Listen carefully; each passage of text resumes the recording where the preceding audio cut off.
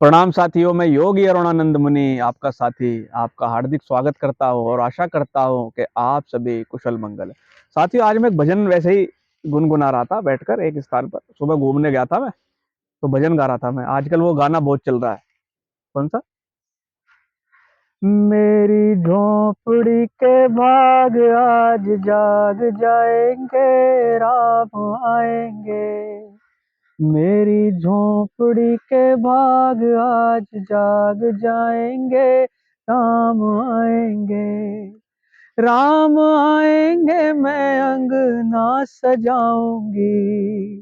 राम आएंगे, मैं अंगना सजाऊंगी। दीप जला के दिवाली मैं मनाऊंगी। मेरी झोपड़ी के बाग आज जाग जाएंगे, राम आएंगे। तो साथियों, मैं ऐसे ही गा रहा था इसको। तो एक कहीं से पढ़ा लिखा सा भाई आया, उसने कुछ ज्यादा पढ़ लिया था। पढ़ा लिखों की कमी नहीं है भारत में, यानी कहाँ कहाँ से पढ़ के आते और दिमाग लगाते नहीं है। उसने क्या बोला जी, राम जी का गाना क्यों गा रहे हो, उन्होंने तो सीता जी को छोड़ दिया था जंगल में। अच्छा जी, बोले सीता जी को जंगल में छोड़ दिया हो जिस आदमी ने, उस आदमी का गाना क्यों गाएंगे आप स्वामी जी? तो मैंने उससे बस एक ही सवाल पूछा, भाई तू मुझे एक बात बता, चल हमने तेरी बात मान ली कि सीता जी को जंगल में छोड़ दिया, तो तू मुझे एक बात बता दे, 2-2.5 हजार किलोमीटर पैदल चल के वो लंका क्यों गए सीता जी को लेने? खुद सोचना। मैं बोला अगर तू कह रहा है कि सीता जी को प्रेम नहीं करते थे और सीता जी को छोड़ दिया, तो पैदल पैदल 2-2.5 हजार किलोमीटर चल के कोई अपनी धर्मपत्नी को खोजने क्यों जाएगा भाई, अगर कुछ लेना देना ही नहीं था। जो 2-2.5 हजार किलोमीटर अपनी धर्मपत्नी को खोजने चले गए, लड़ाई लड़ ली, उसके बाद वो क्या संभव है कि अपनी धर्मपत्नी को बस किसी के कहने पर भी छोड़कर आ जाएंगे? तो वो बोला जी राम वाल्मीकि रामायण में लिखा हुआ, तो भाई लिखा हुआ तो बहुत कुछ है। देखो साथी, होता क्या है हमारे ग्रंथों में, अब देखो पद्म पुराण में कुछ लिखा हुआ है, उसका श्लोक बदल कर दूसरे पुराण में कुछ और कर दिया है। एक जगह आता है, इस पुराण के अंदर एक श्लोक आता है कि एक कन्या 10 पुत्रों के बराबर है, एक कन्या 10 पुत्रों के बराबर है, ऐसा था। अब उसको बदल के मेरे ख्याल में एक स्थान पर ऐसा किया है किसी ने कि एक कुएं की बराबर 10 पेड़ लगाना है, यानी 10 पेड़ अगर आपने लगा दिए तो एक कुएं के बराबर हो गया। तो वहां पर कुआ बना, कुएं के स्थान पर स्त्री बहन कर दी, बहन के स्थान पर कुआ कर दिया और लड़कों के स्थान पर पेड़ कर दिया, तो पूरा मंत्री बदल दिया। समझे ना? तो ये सब बदला बदली हमारे यहाँ होती रही है। एक विद्वान है पंडित भवनाथ झा, उनका एक लेख किसी ने मेरे को भेजा था। वो पांडुलिपियां यानी मैन्युस्क्रिप्ट पढ़ते हैं। अब मैन्युस्क्रिप्ट से ही किसी भी ग्रंथ का लेखन होता है हमारे भारतवर्ष के अंदर। और रामायण के पाठांतर बहुत हैं, दक्षिण का अलग है, उत्तर का अलग है, बराबर।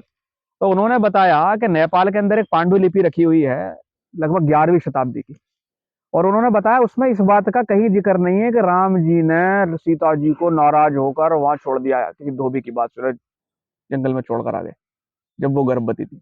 ऐसा कुछ लॉजिक ही नहीं, लिखा हुआ ही नहीं है वहां। उसमें ऐसा लिखा हुआ है कि जब वो माता जी गर्भवती थी, सीता माता, तो उन्होंने राम जी से इच्छा जताई थी कि मैं जंगल में जाकर ऋषि मुनियों का साथ करना चाहती हूँ, उन्हें ऋषि मुनियों का सत्संग सुनना चाहती हूँ। भारत तो ऋषि मुनियों का देश है, ऋषि मुनि सत्संग सुनाते, ज्ञान की बातें करते। जब ज्ञान की बातें आप सुनते हैं, आध्यात्मिक बातें सुनते हैं, तो आपकी मनोभूमि आध्यात्मिक हो जाती है। उसी प्रकार के वाइब्रेशंस आपके अंदर आते हैं, जिस प्रकार के वाइब्रेशंस आपके अंदर आते हैं उसी प्रकार की संतान को आप आकर्षित करते हैं। समझे नहीं समझे? तो वो उन्होंने संग ऋषि मुनियों का किया था और अपनी इच्छा से वहां पर गई थी। अब पता नहीं किसने वो बाद में पांडुलिपि में क्या घुसा दिया कि राम जी जो है नाराज हो गए और ये और वो, और वहां पर वो छोड़कर आ गए। अच्छा, अब वही आदमी जिसने मुझसे सवाल किया, अब देखो कहाँ मामला ले गया। अब जब इसमें मामला नहीं बना तो बोला जी वो काहे के भगवान है, वो तो सीता जी के लिए फूट फूट के रो रहे थे। पर रो रहे थे तो कौन सा अपराध कर दिया भाई, रो रहे थे तो।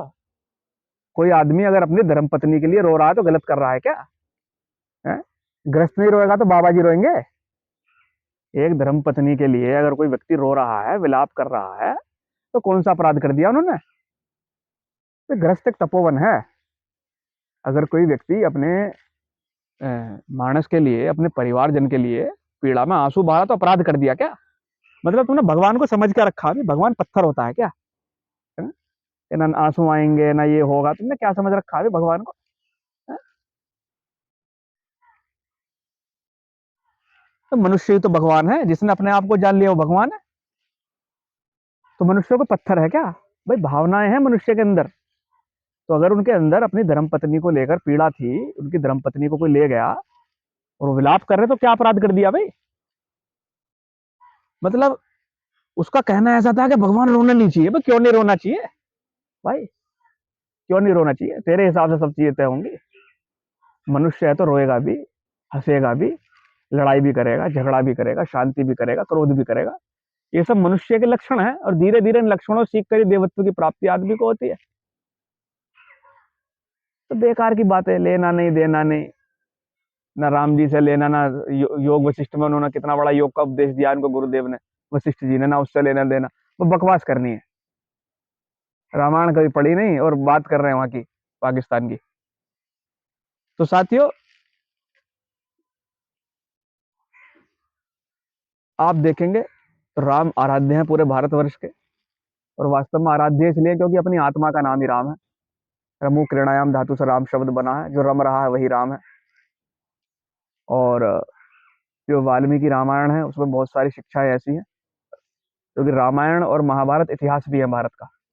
उसमें आपको बहुत सारी बातें ऐसी मिलेंगी जिससे आपको मालूम चले कि कौन कौन सी गलतियां करने से क्या क्या दिक्कतें खड़ी हो जाती है, झगड़ा करने से या उल्टे सीधे काम करने से। तो दिमाग खोलकर पढ़ें और अच्छा आचरण करें, किसी भी बात पर गहराई तक विचार करें, तब जाकर उस बात का मर्म आपको समझ में आएगा। तो अपने भीतर बैठे हुए राम को जाने।